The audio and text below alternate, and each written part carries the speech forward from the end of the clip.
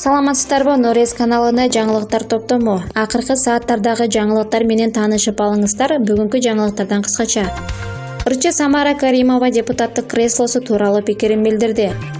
Балдарды элине кас кылбайлы, депутаттар митингчилерди сындады. Суроого так жооп берип койсоңуз, акыл үйрөтпөстөн. Вице-спикер Соцфонддун төрагасынын орун басарын сынга алды. Алдыда ушул жана башка жаңылыктар менен кененирээк таанышып алыңыздар. Видеону аягына чейин көрүп, каналга катталып лайк басканды унутпаңыздар. Бүгүн 4-мартта Жогорку кеңештин жыйынында депутат Абдыбаков Нурбаев эң аз жана эң көп пенсия канча экендигин сурады. Көзүндө пенсия канча пайызга көтөрүлөт? Эң аз жана эң көп пенсия канча, деди депутат. Социалдык фонддун төрагасынын орун басары Эсен Нурдинов орточо пенсиянын көлөмү 5580 сом экенин айтты. Көзүндө пенсия көбөйөт, канча пайызга көтөрүлө турганын айтуу кыйын. Азыр айткан туура эмес. Жылына пенсия 7-8% көтөрүлүп жатат. Орточо пенсия 5580 сом, эң аз пенсия 1500 сомдон 2000 сомду түзөт. Ал эми эң көп пенсия 100 000 сом. 100 000 сомду 1-2 адам алат, дейт Нурдинов. Бүгүн Жогорку кеңештин жыйынында төрага Дастанбек Жумабеков министрлер жыйынга келбегенине нааразы болду. Комитеттин чечиминде министрлер өздөрү келсин деп жазылган. Жарым жолдо министрлердин орун басарлары келип жатышат. Бул маселе өткөндө эле катуу талкуу болгон. Алар кайда жүргөнү боюнча кат түрүндө билдирилсин. Биз министр кайда жүргөнүн кайдан билебиз? Ошондой пунктуалдуу мыйзам талкууланып жатканда министрлер келбей коюшту, деди төрага. Дастан Жумабеков актуалдуу мыйзам деп айтайын деп пунктуалдуу мыйзам деп адашып алды. Кыргызстанда 76.100 адам жумушсуз. Бул боюнча эмгек жана социалдык өнүгүү министринин орун басары Камалдин Токтосартов Жогорку кеңештин отурумунда маалымдады. Анын айтымында жумушсуздардын 30% 23.100-ü 28 жашка чейинки жаштар. Биз жогорку окуу жайлар менен биргеликте бир айда бир жумушсуздукту жоюу иретинде жарманке өткөрүп турабыз. Кесиптик жарманкеге жумушсуздар жана студенттер чакырылат. Аларга жөн гана жумуштарды сунуштабастан окууга да үндөйбүз. Бул иш-чара өтүп жаткан окуу жай кесиптер тууралуу маалымат берип, айрымдарын окутушат. Ал эми замандын талабы боюнча кайсы кесип актуалдуу болуп жаткандыгын эмгек базары аныктап турат, дейт Камалдин Токтосартов. Ошондой эле 2019-жылы 4000 жаштар арасынан 17900 адам коомдук иштерге багытталган. Voice of Freedom коомдук фондунун жетекчиси Абдымомун Мамараимов Азаттыкка билдиргенине караганда, жаза аткаруу мекемеси 29 февралда 2-мартта абактагы Азимжан Аскаров менен жолугушууга аялын балдарын киргизген жок. Мыйзамда жолугушуу аралыгы аныкталбаганы менен муну алардын жакында жолугушкандыгы менен түшүндүрүштү, дейт Аскаровдун коомдук укук коргоочусу.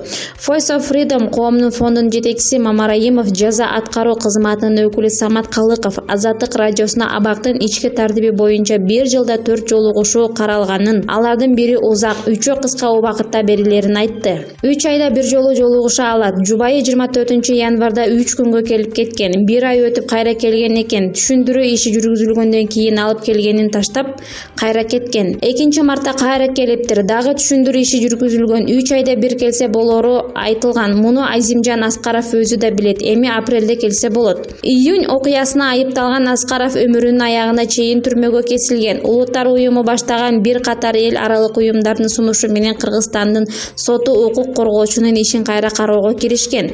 Учурда Аскаровдун кассациялык арызы жогорку сотто каралууда. Депутат Бакердин Субанбеков парламентке 2-мартта митингге чыккандарды сындап башаламандыктын видеосун көрсөттү. Эл өкүлү коронавирустан улам 1 айдан бери чек аралар жабык турганын айтып, мунун айынан казынага түшүү киреше азайып жатканын белгиледи.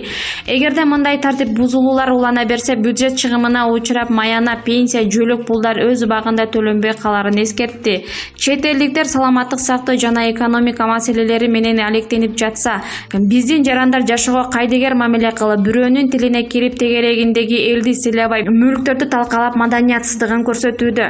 Жаз жарыш күз күрөш дегенде эл өз камын көрүп жатат. Бирок чыгымчыл топтор башаламандык уюштурууну көздөп турушат. Ошолорго биздин балдарыбыз ээрчиме курал болгону аябай өкүндүрөт, деди Субанбеков. Ошондой эле ал коомдук тартипти камсыз кылган милицияны элге душман кылбоо керектигин белгилеп өттү. Кыргыз милициясы 2 революцияны башынан өткөрдү. Миңдеген митингде элдин коопсуздугун, мамлекеттин тынччылыгын сактап жүрүшөт. Чынын айтканда милиция жетим баладай жалтаңдап чечкиндүү чараларды көрө албай жатат. Ошондуктан акыбалын түшүнүп колдоо көрсөтүүнү суранам. Мына 2 марттагы митингден кийин бирибиз тойго бирибиз үйгө кеттик. Ушул милиция кызматкерлери таң атканча коопсуздукту сактап жүрдү. Мындай окуялардан кийин бизге кайсы турист келет. Алар жарым жыл алдын ала кайда барарын пландайт. Минтип жатсак чочуп башка жака кетет да, деди депутат.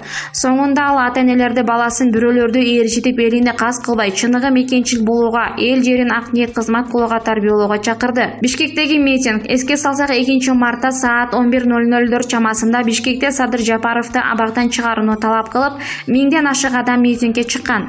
Андан чыгып сүйлөгөндөр саясатчыны бошотуу талабынан сырткары бийликти сындаган пикирлерин айткан. Алардын ичинен 10 кишиден турган топ президент Сооронбай Жээнбековго жолугуу үчүн берип, бирок аппарат кызматкери менен сүйлөшүп кайра келген. Ал арада чогулган элдин бир тобу кээ бир уюштуруучулардын кебине кулак салбай ак үйдү көздөй жөнөгөн. Ал жерде милиция менен тирешип калган. Бирок милиция демонстранттары ала тоодон басымы жогору суу, жаш агызуучу газ колдонуп сүрүп чыгарган. Милиция кечинде массалык башаламандыкка алып келген митингден 166 катышуучусун кармап, түнү менен 162син кайра кое берген. Ал эми УКМК митингдин уюштуруучулары Каныбек Осмоналиев менен бирге ДА аттуу адамды кармап тергөө абагына киргизди.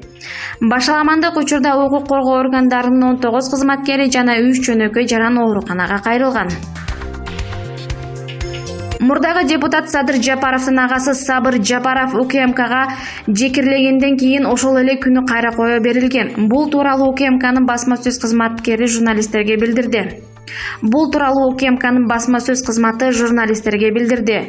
Митинг болгон күнү 2 мартта УКМКнын ыкчам үйлүктүү тобу экс-депутат Каныбек Осмоналиевди Садыр Жапаровдун буйруктаганы Сабыр Жапаровду тарапкери А. Артыковду кармап, УКМКнын тергөө башкармалыгына жеткиришкен. 3 мартта митингдин уюштуруучуларынын бири Кыргыз Республикасынын Жогорку Кеңешинин мурунку депутаты Каныбек Осмоналиев Жазык кодексинин 39 жана 309 беренелери бийликти күч менен басып алууга аракеттенүү боюнча кылмышка шектүү катары УКМК тергөө камак жыйынынан убактылуу кармоочу жыйынына киргизилген. Эсиңиздерге сала келсек, 2 мартта Ала Тоо аянтында өлкөнүн ар кайсы аймагынан келген эл митингге чыгышкан. Митингдин эң башкы талабы саясатчы Садыр Жапаровду абактан бошотуу. Кечке жук митингдин катышуучуларынын бир тобу ак үйдү көздөй бет алышып, алдынан тосуп чыккан милиционерлерди таш бараңга алышкан. Митингчилерди атайын багыттагы күч кызматкерлери суу атыш менен атып, тарсылдак, куруу, дүрмөт, граната ыргытып элди кууп тараткан. Булак Кыргыз Today. Ар бир кыргыздын элимдин сын пикирин укканга даярмын. Албетте мен деле адаммын. Сөздөр жүрөгүмө катуу тиет. Алардын баарына ыйман тилеймин. Эч бир инсанга жамандык каалабаймын. Кыргыз элимде ар дайым жакшылык болуп, мени сыйлагандардын жана сындагандардын да үйүндө жакшы жаңылыктар жаңыра берсин.